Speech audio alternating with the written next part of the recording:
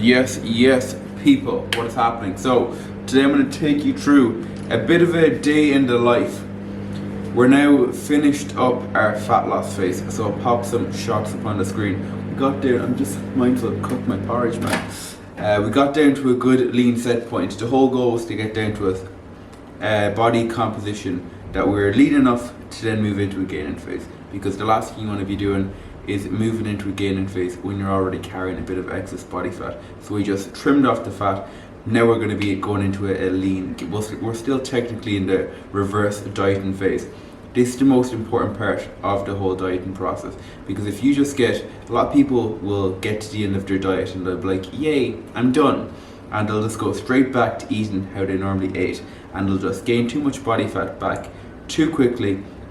And then they've just cut their runway short in terms of how long they can gain for. You want to set yourself up so you can gain for as long as you possibly can without gaining body fat. If you're gaining around half a pound of body weight a week, you can think about that over the course of like a 24-week period. If you've already jumped up 10 pounds week one, that's going to be like 20, 30 pounds by the end of it, because there probably will be some weeks when you do jump up quicker than others, okay? So you want to set yourself up for a good lean set point.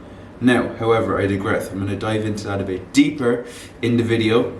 Today is about the day in the life. So right now, the time is, drum roll, the time is 5:37. I'm not sure if you can see that. 5:37. My routine right now is I'll get up at 3:45. I'll get up, and for the first 2 hours, because I'm in Bali and my clients are obviously majority in Ireland and the UK. So I'll get up at 3:45. I'll go straight into client work for around an hour and a half to 2 hours, depending on how many people I have to get back to. So that involves, say, messaging clients back, making sure their week's going well, making any adjustments to the plan, reviewing forum clips, and getting back to them to make sure they're on the straight and narrow, okay? Now, what I do then is I prep up my meals. I prep up 2 meals. I've already got my chicken cooked in bulk for the day. Like, I'll cook the chicken up, I'll literally just throw it into the air fryer the day before, and I'll cook it up for 3 days and then just have it in the fridge. I've got my rice cooked up in bulk as well. I'll cook that for 3 days in advance as well. So then when it does come time for me having that meal, I'll just get a wok like this. I'll get a wok, throw my chicken in, throw my rice in, chop up 100 grams of veg, mix it all up, put some seasoning, bit of sriracha hot sauce, and then Bob is your uncle, and all that good stuff. But right now we've got a bowl of protein oats going down that we're going to prep for our pre-workout meal. So I get up, prep my meals, then I'll go to the gym. I've got 25 minutes of cardio still going in every single morning, okay? Because again, as I said, we're on this reverse diet. We don't just want to pull everything out, okay? We want to keep some baseline activity in there so we can monitor this reverse in phase properly and not get fat, okay? And again, doing your cardio first thing in the morning, before you eat, before you do anything, it's going to set you up nicely for the day. You're starting the day off on a win. So by the time 6:30 rolls around, 7 o'clock, I will have done 2 hours of work, I will have prepped up a couple of meals for the day, I will have done 25 minutes of cardio, I will have had that first meal, and then I will go and do like half an hour to 45 minutes of steps. So by 8 o'clock, I have started the day off with so much momentum, and then it's just about rolling into the rest of the day. The reason you will mess yourself up and the reason you'll have a shit day is because you'll start off the day like this. You'll roll out of bed, press snooze. Then you'll get on your phone, you'll start scrolling social media. That is the last thing you want to be doing. I won't go on social media until after 9 o'clock in the day, and the only reason I'm going onto it is for work, because I have to post, okay? So set yourself up right. The best advice I can give you, wake up in the morning, have your bottle of water in your fridge, put your electrolytes in, put your creatine in, get 1.5 liters of water into you, go for like a 5 to 10 minute stroll outside, brisk walk outside, just get the body moving. Then from there, you can have your coffee like an hour after wake. But the last thing you want to be doing is rolling out of bed, scrolling TikTok, and then slamming a coffee down or a Monster. If you just think about it like this, in any situation, there's actually an expression, and it's like, what would Jesus do? But if you look up to anyone, it could be anyone in life, any top athlete, in any situation, like say it could be you getting up in the morning, just think, what would they do? Let's say fucking Ronaldo. What would Ronaldo do in this situation?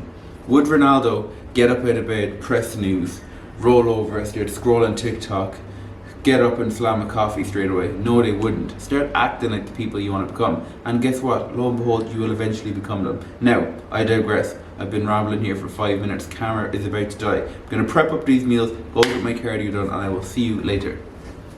So whilst that gym session is playing there in the background, which was a full upper body day that we hit and undefeated, I'm going to talk about what's actually important for when it comes to building muscle.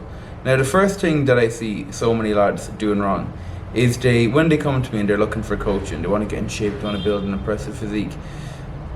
The first question I'll ask them is, how many days a week do you want to train? And they always think that more is better. So they'll say something like 5, 6, or even 7 days a week, which is fucking stupid, okay? You want to pick, it's not, the question you shouldn't ask yourself is, you shouldn't be trying to think, okay, how many days a week do you think Dean wants me to train a week? It should be, how many days a week can you realistically see yourself doing? Like, how many days you actually want to? Because if you don't want to do something, you're not going to fucking stick to it for long enough to actually get the result, okay? So, even if that was 3 days a week, you can still get very good results in 3 weeks. My client John, he went from this to this, I'll pop it up on the screen here now, in 16 weeks. And he was only training 3 days a week. A lot of muscle mass was built during this phase, a lot of muscle mass. Someone's calling me, I'll hang up. So pick a number of days that you can actually sustainably stick to, that's going to suit your schedule, that's not going to feel like a chore, because quality is better than quantity. If you can go in there and you're psychologically reset, you're ready to go in and fucking attack that session, you are going to build a lot more muscle than the guy who's going in 6 days a week and without being too harsh, without going in there fucking about tickling the weights 6 days a week. I'd rather you go in there and stimulate the muscle, go in there and have a good proper training session 3 days a week and actually get the job done, rather than be half-arsing it for 6 days a week, okay? So the first thing first, pick a number of days you can actually stick to sustainably. Next, when you do go into the gym, to be honest, I don't think the training split plays that much of a massive role. I'm not even going to talk about the training split. If you're doing 3 days, I'd go full body, 3 full body sessions, or I'd go push pull legs, or I'd go upper lower upper, or I'd go push. What else is another good split for 3 days? Yeah, I'd go 2 full bodies and an upper body. Just as long as you're hitting each muscle group twice a week, you're going to be at the sweet spot. The most important aspect is going to be the amount of days you're going to train. Then once you're in the gym, your training intensity. This is going to be one of the most important parts, if not the most important part. When you're going into the gym, every single set should be taken to failure. None of this reps in reserve bullshit. Go in, train hard, train intensely, and you will build muscle. You have to give yourself your muscle a reason to grow, and it's not going to grow by you leaving 3 reps in reserve. And the reason I say this, if you are a very advanced lifter and you know exactly what 3 reps in reserve feels like, granted, you can do that, but majority of times you're going to kid yourself. I've went in and I've done the reps in reserve style training before for a whole gaining phase, and I didn't gain a fucking ounce of muscle, okay? So make sure you're training every single set to failure. Don't overcomplicate it. Don't go in this week 3 reps in reserve, next week 2, the following week 1. Just go in and train to failure every single set. Take the guesswork out of it. Keep it stupid simple, okay? Now, next is going to be your range of motion. I know there's a lot of hype around lengthened partials and whatnot, but I'd always say to people, full range of motion. Take the muscle through the full range. Don't be flapping about just staying in the lengthened partial range, the lengthened range. Take the muscle through its full range, okay? I'd always say good slow eccentrics, okay? So that's going to help you keep tension on the muscle. It's going to reduce the limit of you injuring yourself, because if you're dropping down into the hole for 1 second, let's say on a chest press, you're dive bombing it, you're probably taking all the tension off your chest. You're going to do more damage bringing the weight down than you are pressing up, okay? So that's why you're going to have a more of a controlled eccentric phase, nice and controlled down. 1 second pause in the hole, hold that stretch, own the rep, and then drive it up, okay? I want to see the form standardized, okay? So every rep looking the same. So 3 seconds down, 1 to 2 second pause in the hole, and then drive up. And then that way, every week when you're going into the gym, you can actually progressively overload properly. You're not going in 1 week doing a 1 second eccentric, then the next week you're going in and doing a 1 second eccentric. Every rep is standardized with that tempo. 3 down, 1 to 2 second pause, and then press up, okay? So now we've got how many days a week you're going to train, something you can do consistently, your training intensity, and then your execution within the gym. In terms of building muscle, they're the most three important factors when it comes to time in the gym. Obviously, we can go down a whole rabbit hole in terms of the principles required for building muscle outside of the gym, such as your sleep, your nutrition, your hydration, your lifestyle factors, but that is for another day. So if you like this video, if you want to see anything, let me know in the comments, and I will see you in the next one.